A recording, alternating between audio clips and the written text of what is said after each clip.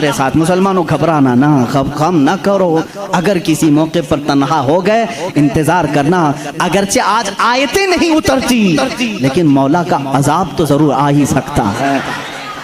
بنا لو تم جو کچھ بھی کرنا ہے بنا لو، مسلمانوں کے چہرے کھود ڈالو، مسلمانوں کی گردنیں اکھاڑ دو، مسلمانوں کی عزتوں کے ساتھ کھلواڑ کرو، مسجدوں کو تہس نہس کرو۔ تم کیا سمجھتے ہو زمین تمہارے باپ کی ہے؟ یہ اللہ کی زمین ہے، یہ اللہ کی زمین ہے۔ ان الارض یورثها، اللہ تعالیٰ اپنی زمین کا وارث جسے چاہتا ہے بناتا ہے۔ یہ اور بات ہے کہ ہم آج عمل کے کچے ہو چکے ہیں، ہم نے خود مسجدوں سے منہ موڑ لیا تھا، ہو سکتا ہے ہمارے مولا نے ہم سے مسجدیں لے کر ان کو دی ہوں، مگر میں جانتا ہوں مسجد کی وہ سرزمین تحت الثری سے لے کر عرش اعظم تک مسجد ہی رہے گی، اور رب ذوالجلال کے ہاں فیصلہ تو ہوگا۔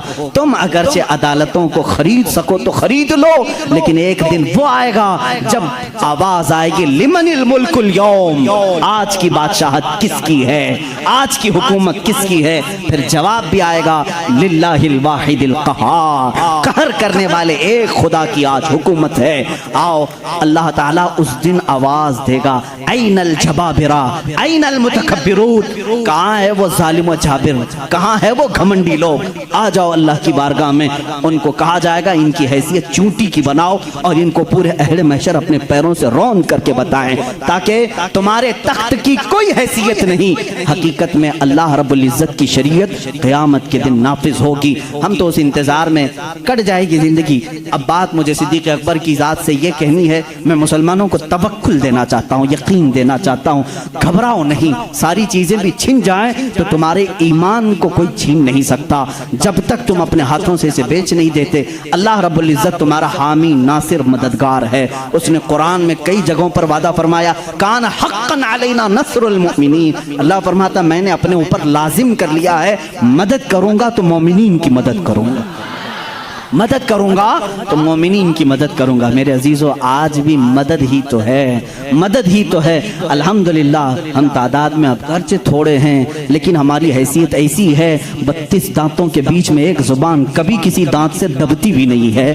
کٹتی بھی نہیں ہے۔ اللہ بس ایسے ہی اس زبان کی حفاظت فرمائے۔ صدیق اکبر رضی اللہ تعالیٰ عنہ کے ایمان کا معاملہ تو یہ تھا، حضور صلی اللہ علیہ وسلم کے بعد وہ کسی کو بھی عزیز نہیں رکھتے، حضور سب سے اول درجے پر، حتیٰ کہ اپنی بیٹی سیدہ عائشہ صدیقہ رضی اللہ تعالیٰ عنہ، ایک بار حضور صلی اللہ تعالیٰ علیہ وسلم ان کے ساتھ بیٹھے حجرے میں، بات تیزی سے ہو رہی تھی، صدیق اکبر داخل ہو گئے اور ہاتھ تک اٹھا دیا، حضرت عائشہ صدیقہ سے کہا خبردار تجھے معلوم ہے تم کس سے بات کر رہی ہو؟ شوہر ہیں لیکن اللہ کے رسول ہیں۔ حضور صلی اللہ علیہ وسلم نے حضرت ابوبکر کو روک لیا، یہ ہمارا معاملہ ہے، یہ ہمارا معاملہ ہے۔ حضرت ابوبکر صدیق چلے آئے۔ حضرت عائشہ فرماتی ہیں کہ صدیق اکبر رضی اللہ تعالیٰ عنہ کبھی کسی چیز کو پسند نہیں کرتے جو حضور کی رضا کے خلاف۔ جب سیدہ عائشہ صدیقہ پر الزام لگایا تھا کچھ منافقین نے، تہمت لگائی تھی، حضور اکرم صلی اللہ علیہ وسلم نے حضرت عائشہ سے کہا تم اپنے ماں باپ کے گھر میں رہو جب تک یہ معاملہ کلیئر نہ ہو جائے۔ 1 مہینے تک حضرت عائشہ حضرت ابوبکر کے گھر میں تھی۔ وہ کہتی ہیں حضور صلی اللہ علیہ وسلم میرے پاس نہیں آتے، اتنے دنوں تک حضرت ابوبکر نے بھی میرے سے بات نہیں کی۔ یہ نہیں کہ بیٹی ہے بلکہ رسول اللہ کا جو نظام ہے وہ میرے گھر میں بھی چلے۔ ایک بار صلح حدیبیہ کے موقع پر حضور صلی اللہ علیہ وسلم نے صرف اتنا فرما دیا تھا، 1400 صحابہ مکہ کے لیے نکلے حضور کے ساتھ عمرہ کرنے کے لیے، سنو عمرہ کرنے کے لیے نکلے، احرام پہن کر کے نکلے، لیکن مکہ کے کافروں نے بیچ راستے میں روک لیا، کہا تم عمرہ نہیں جا سکتے، نہیں جاؤ گے۔ حضور صلی اللہ علیہ وسلم کو ان لوگوں نے بیچ راستے میں روک لیا۔ 35 کلومیٹر مکہ باقی ہے، سوچو 450 کلومیٹر کا فاصلہ ہے مکہ مدینہ، مدینے سے جو چل کر کے صحابہ آئے ہوں تقریباً 400 کلومیٹر چلے ہوں، اور ان کو قریب مکہ کے آ کر کے کہہ دیا جائے اب تم نہیں جا سکتے، عمرہ نہیں کر سکتے، ان کی حالت کیا ہونی چاہیے؟ صحابہ جوش میں تھے، کہا یا رسول اللہ صلی اللہ علیہ وسلم اجازت دیں ہم ان کے پرخچے اڑا دیں۔ بدر بھی ہو چکی تھی، احد بھی ہو چکی تھی، خندق بھی ہو چکی تھی، ساری جنگوں میں صحابہ نے اپنے جوہر دکھا بھی چکے تھے۔ یہ 6 ہجری کا معاملہ ہے، سن 6 ہجری میں حدیبیہ کا معاملہ آیا۔ حضور صلی اللہ علیہ وسلم اپنی نگاہ نبوت سے دیکھ رہے تھے، آپ نے فرمایا نہیں جنگ نہیں چاہتا میں، اس لیے کہ ہم حالت احرام میں ہیں، حالت احرام میں ہم جنگ نہیں چاہتے۔ حضور نے صلح کی بات کر لی مکہ والوں سے، وہ بظاہر دب کر کے صلح لگ رہی تھی، تو اس میں حضرت عمر سب سے زیادہ بے قرار تھے۔ سب سے زیادہ بے قرار. صحابہ سے وہ بار بار پوچھتے تھے کیا ہم حق پر نہیں ہیں؟ ہم کو جنگ کی اجازت کیوں نہیں مل رہی ہے؟ یہ مکہ والوں کو ہم برابر بتا دیں گے. آج تو ہم 1400 کی تعداد میں ہیں, بدر میں تو صرف 313 تھے. حضور کیوں نہیں اجازت دے رہے ہیں؟ حضور صلی اللہ تعالیٰ علیہ وسلم نے منع کر دیا, نہیں میں صلح نامہ لکھ رہا ہوں. حضور صلی اللہ تعالیٰ علیہ وسلم کے پاس حضرت عمر آئے, حضور کے بازو پکڑ کر کے جوش میں پوچھنے لگے آقا کیا ہم حق پر نہیں ہیں, کیوں آپ اجازت نہیں دے رہے ہیں؟ حضور نے فرمایا عمر جو میں دیکھ رہا ہوں وہ تم نہیں دیکھ رہے. حضرت عمر بے قرار تھے. یہ نافرمانی نہیں, بے قراری آپ کی جو تھی وہ فرض جہاد میں تھی. حضور صلی اللہ علیہ وسلم کو کیسے کوئی عمرہ سے روک سکتا ہے؟ اس بات کی بے قراری تھی. حضرت عمر نے یہ سوچا کہ ابو بکر کو منا لوں, ابو بکر مان گئے تو رسول اللہ کو بھی یہ منا لیں گے. حضرت ابو بکر کے پاس آئے, صدیق اکبر رضی اللہ تعالیٰ عنہ کو انہوں نے زور سے کہا اے ابو بکر آپ نہیں دیکھ رہے ہم 1400 کی تعداد میں اور رسول اللہ صلی اللہ علیہ وسلم صلح لکھ رہے ہیں, مکہ والوں کے ساتھ صلح, وہ بھی ایسی صلح کہ ہماری اس میں عزت نہیں ہے. مکہ والے ایسی صلح لکھا رہے تھے کہ جس میں ان کے ہی فائدے تھے, مدینے والوں کے فائدے نہیں تھے. حضرت عمر بار بار کہہ رہے تھے. حضرت ابو بکر صدیق کو جلال آیا, ان کے ہاتھ جھٹک دیے.